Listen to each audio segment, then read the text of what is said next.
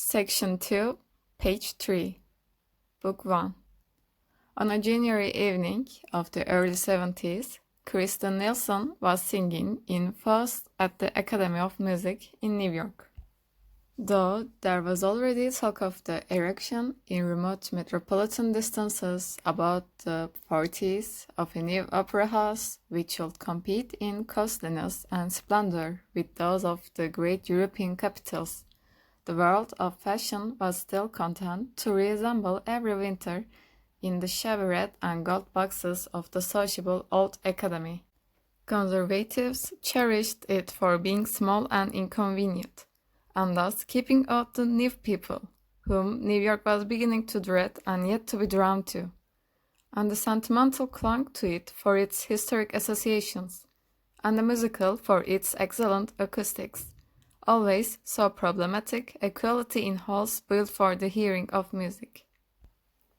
It was Madame Nilsson's first appearance that winter, and what the daily press had already learned to describe as an exceptionally brilliant audience had gathered to hear her, transported through the slippery, snowy streets in private broughams, and the spacious family landau, or in the humbler but more convenient brown coupe. To come to the opera in a brown coupe was almost as honorable a way of arriving as one in one's carriage, and departure by the same means had the immense advantage of enabling one, between parentheses, with a playful allusion to democratic principles, to scramble into the first brown conveyance in the line, instead of waiting till the cold and gin-congested nose of one's own coachman gleamed under the portico of the academy. It was one of the great livery stableman's most mentorly institutions to have discovered that Americans want to get away from amusement even more quickly than they want to get to it. When Newland Archer opened the door at the back of the club box, the curtain had just gone up on the garden scene. There was no reason why the young man shouldn't have come earlier, for he had dined at 7, along with his mother and sister, and had lingered afterward over a cigar in the Gothic library with glazed black walnut bookcases and finial-topped chairs, which was the only room in the house where Miss Archer allowed smoking. But in the first place, New York was a metropolis, and perfectly aware that in metropolises it wasn't, not the thing, to arrive early at the opera, and what was or was not the thing, played a part as important in Newland Archer's New York as the inscrutable totem terrors that had ruled the destinies of his forefathers thousands of years ago.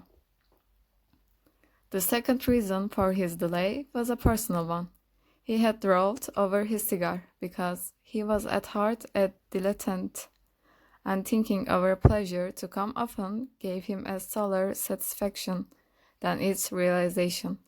This was especially the case when the pleasure was a delicate one, as his pleasures mostly were, and on this occasion the moment he looked forward to was so rare and exquisite in quality that, well, if he had timed his arrival in accord with the prima donna's stage manager, he couldn't have entered the academy at a more significant moment than just as she was singing. He loves me not, he loves me, and sprinkling the falling daisy petals with notes as clear as dew.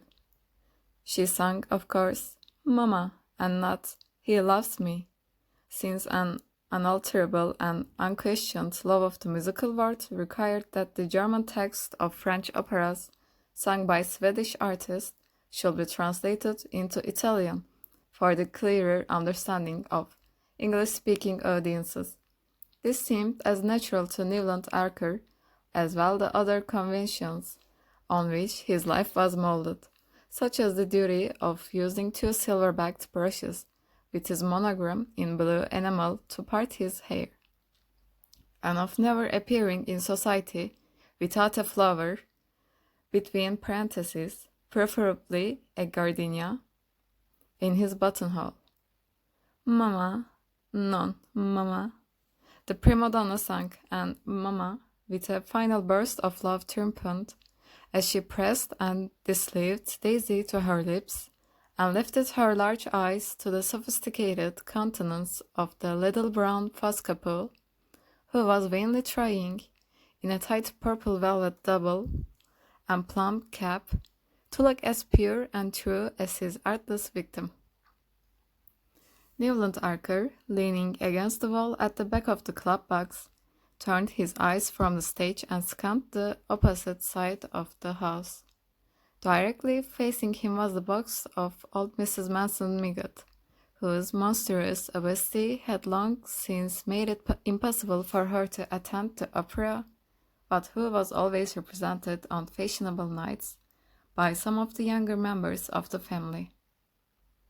On this occasion, the front of the box was filled by her daughter-in-law, Miss Lovell Mingott, and her daughter, Miss Welland, and slightly withdrawn behind these brocaded matrons sat a young girl in white with eyes ecstatically fixed on the stage lovers. As Madame Nilsson's mamma trilled out above the silent house, between parentheses, the boxes always stopped talking during the Daisy song. A warm pink mounted to the girl's cheek, mantled her brow to the roots of her fair braids, and suffused the young slope of her breast to the line where it met a modest tulle tucker fastened with a single gardenia. She dropped her eyes to the immense bouquet of lilies of the valley on her knee, and Newland Archer saw her white-gloved fingertips touch the flowers softly. He drew a breath of satisfied vanity, and his eyes returned to the stage. No expense had been spared on the setting, which was acknowledged to be very beautiful even by people who shared his acquaintance with the opera houses of Paris and Vienna. The foreground, to the footlights, was covered with emerald green cloth. In the middle distance, symmetrical mounds of willow green moss bounded by croquet hops formed the base of shrubs shaped like orange trees, but studded with large pink and red roses. Gigantic pansies, considerably larger than the roses, and closely resembling the flower pen vipers made by female parishioners for fashionable clergymen, sprang from the moss beneath the rose trees, and here and there a daisy grafted on a rose branch flowered with a luxuriance prophetic of Mr. Luther Burbank's far-off prodigies. In the center of this enhanced garden, Madame Nilsson, in white cashmere slashed with pale blue satin, a reticle dangling from a blue girdle, and large yellow braids carefully disposed on each side of her muslin chemisette, listened with downcast eyes to M. Capel's impatient wooing, and affected a guileless incomprehension of his design whenever, by word or glance, he persuasively indicated the ground floor window of the neat brick villa projecting obliquely from the right wing. The darling, thought Newland Archer, his glance flitting back to the young girl with the lilies of the valley. She doesn't even guess what it's all about, and he contemplated her absorbed young face with a thrill of possessorship in which pride in his own masculine initiation was mingled with a tender reverence for her abysmal purity. "We will read fast together by the Italian lakes," he thought, somewhat hazily confusing the scene of his projected honeymoon with the masterpieces of literature which it would be his manly privilege to reveal to his bride. It was only that afternoon that May Welland had let him guess that she cared. In parentheses, New York's consecrated phrase of maiden avowal, and already his imagination, leaping ahead of the engagement ring, the betrothal kiss, and the march from Lohengrin, pictured her at his side in some scene of old European witchery. End of the section, page 6.